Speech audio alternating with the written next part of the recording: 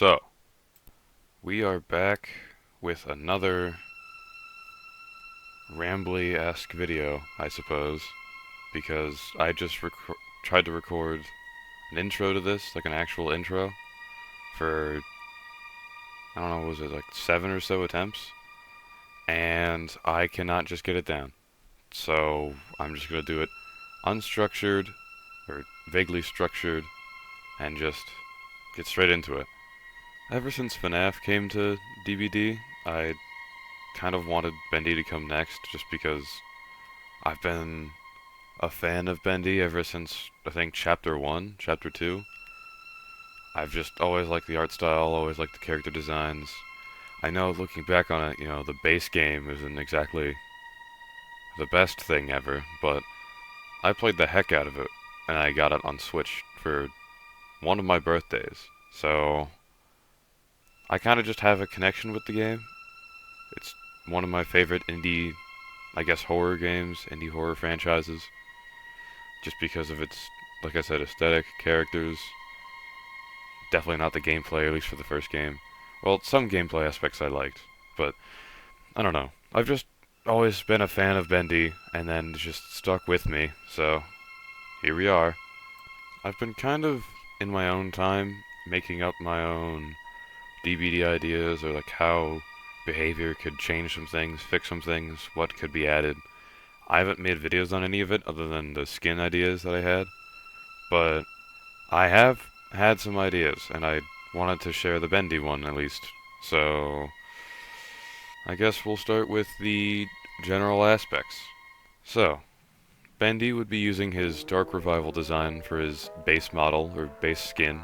I was also thinking his most recent design from the base game, or the first game, that would probably be a legendary skin for him, which, would have its own sounds, terror radius, chase music, all that stuff.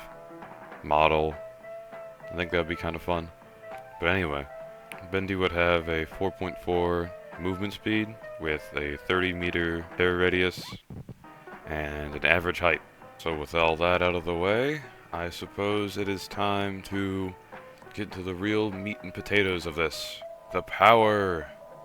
Yeah. So I've gone through and broken it up into 3 separate portions of the power, because I've seen that some of the killers in the game have that, where they have their power separated into the separate chunks that it is. So I did that with Bendy's. So the first part is the actual, I guess, power, you could say, the Dark Puddles. For this power, I just kind of took the ability that Bendy has in the Dark Revival, where he kind of, randomly appears with a countdown. You have to hide before it, comes through. I have it on screen if you want to read it fully, but that's essentially what this is. Hold down your main power button, and then it starts a 7-second countdown. And if survivors don't hide within that countdown, then they become fully exposed and oblivious for 24 seconds. I have it marked down later on, but fully exposed is essentially an uncounterable form of exposed that would be given to killer powers that inflict exposed, because, Vigil, I know, just kind of completely removes that. I know that's one of the reasons that Ghostface is not that strong, is because his whole power, essentially, can be countered by just holding W and Vigil.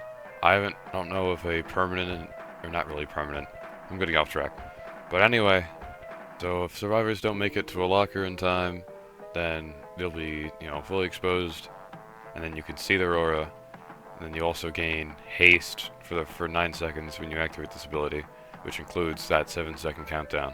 So you have 2 seconds of haste after the countdown ends to go and find those people that you might have revealed. And then you have a secondary kind of ability where you have a lobbing projectile that you can charge up and throw pretty regularly, and you have to make direct contact with it in order for it to inflict 1 ink state. So it essentially just gives you something to do, or something to work with in chase, while you have your main power on cooldown. So that's the gist of that, and then we have bit of an explanation on what ink states exactly are. So ink states are essentially this killer's special condition Like how some killers have some form of infection they have to cleanse, or something like that. That's what this is, and they function kind of like trickster's knives, in which, you know, you get inflicted with one, and then you get inflicted with another, and that most recent one takes like a long while to dissipate, and then ink states after that will dissipate as well. So they function similar to the trickster's knives in that sense. And if you reach 3 ink states, then you take damage. So if you're healthy, you reach 3 ink states, then you become injured. And if you're already injured and you reach 3 ink states, then you become, or you get put into the dying state. And then of course, if you reach 5 ink states at the same time, then you immediately get put into the dying state. So, you know, you reach 3, you get injured, and you reach, 5. And you don't have to get to 6 to get that full injured. You just get to 5 and they're automatically in a dying state no matter what health state they were already in. And then last but certainly not least, we have the kind of movement ability, which is, of course, another teleport. This teleport, however, functions a little differently because it doubles as a trap setting objective as well as your teleport. So you can either go up to it and interact with it to go through it, or use your secondary power button. So like, if your main power button was right click or mouse 2, and then this one would be probably control.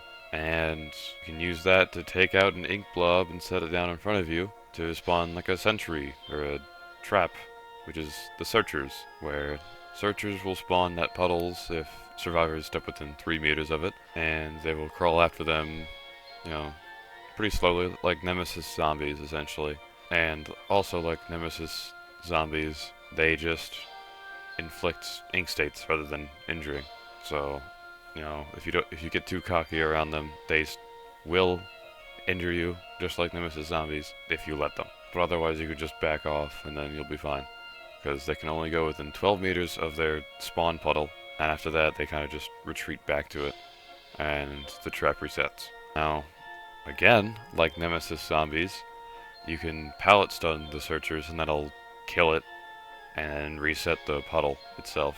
So Bendy would have to come back and grab another ink blob and set down the puddle again. Or you can just straight up deactivate the whole well by turning a valve associated with each of them, which would spawn just on the side of it, like just connected via a pipe on the side of the wells. You just turn that deactivates it. And of course, you can just reactivate wells as Bendy by tearing off the valve, and then it'll go on a respawn timer until survivors can eventually turn it off again. It is important to keep in mind that when traveling through the wells, you can only, from the well you enter, you can only travel to the closest and the furthest one. And I made that a thing because, I don't know, I wanted to spice up its teleport.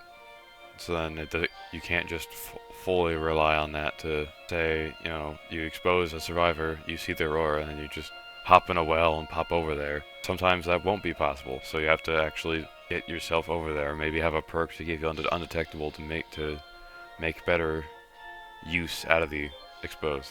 I didn't write this down, which I should have, but another similarity to Nemesis zombies with the searchers is that within a small radius, I didn't really think of a number, let's just say let's go 10-meter radius. You can see the auras of searchers and whatnot, so,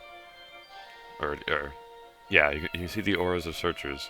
So if you see one has spawned, then you can deduce that someone's over there. I also had perks that I wrote out for Bendy, but I didn't visualize them as much as I did the other stuff, so I'm not going to go over that right now. I might in a future, general DBD concept video, going over all the rest of my concept ideas. But for here, I'm just going to focus on what I have visualized, and that includes the add-ons. So first up, we have the common add-ons, which includes Jack's hat, which is Jack Fane, and it just quite simply increases the respawn time for well valves after you tear them off by 6 seconds. The Spotlight helmet, which increases the ink puddles' activation range by 2 meters, so survivors have to just step within 5 meters of a puddle for it to summon a searcher. The extra thick ink, which makes it so then you can grab ink out of wells and put down puddles 30% faster. And finally, the torn off door of a little miracle station, which makes it so you search lockers 25% faster, and it marks survivors with at least one ink state within 10 meters with Killer Instinct for 2 seconds. Now, moving on to the uncommon add-ons. We have the Ritual Candles, which increases the duration of fully exposed and oblivious effects from Dark Puddles' hour thing by 5 seconds. The Forever Classic Bacon Soup, which increases the duration of haste granted by the Dark Puddles by 4 seconds. A film reel that increases the haste the Dark Puddles gives you by 3%, like the quantity, but it decreases its duration by 20%. The Valve Core, which increases the speed that you travel through inkwells by 15%. And finally, the Angel's Halo, which makes it so survivors with at least one ink state are given blindness until they no longer are afflicted with that ink state, and up to 25 seconds after that ink state leaves them. Okay, now on to the rare or blue add-ons. First up, we have Wally's Wrench, which increases the entity's progression speed when a survivor is hooked by 8% when the Dark Puddles is active, so while the countdown is going off. So that 7 seconds while the countdown is going off, that is when this add-on takes effect.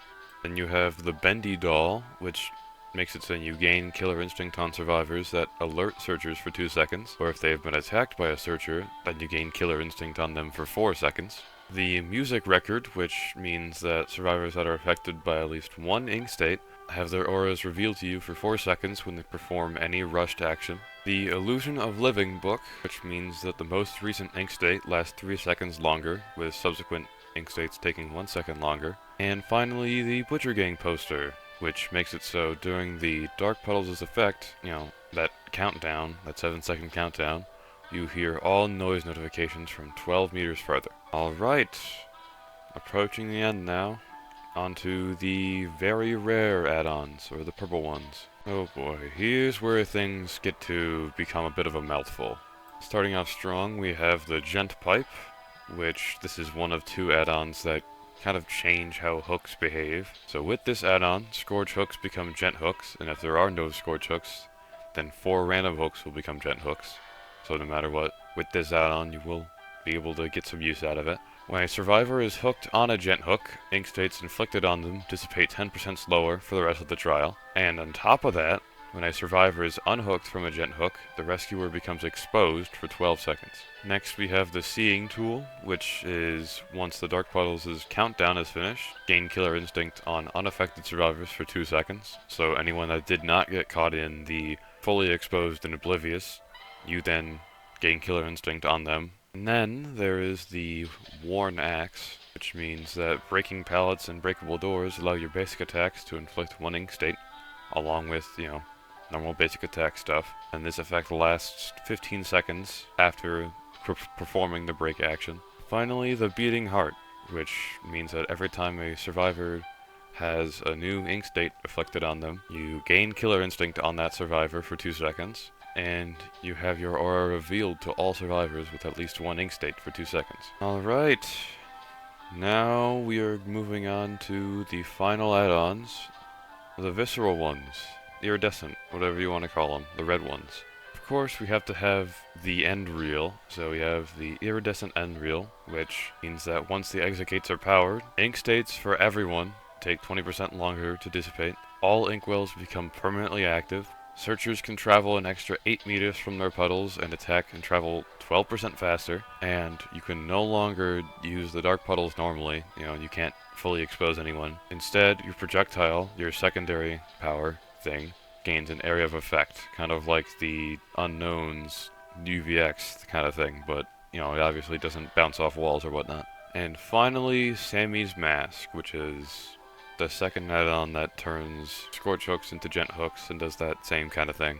Only this time, when a survivor is hooked on a Gent hook, they will gain 1 ink state for the rest of the trial, and it does not disappear. And when chasing a survivor with at least 1 ink state, you gain Bloodlust 7% faster for each ink state the survivor has.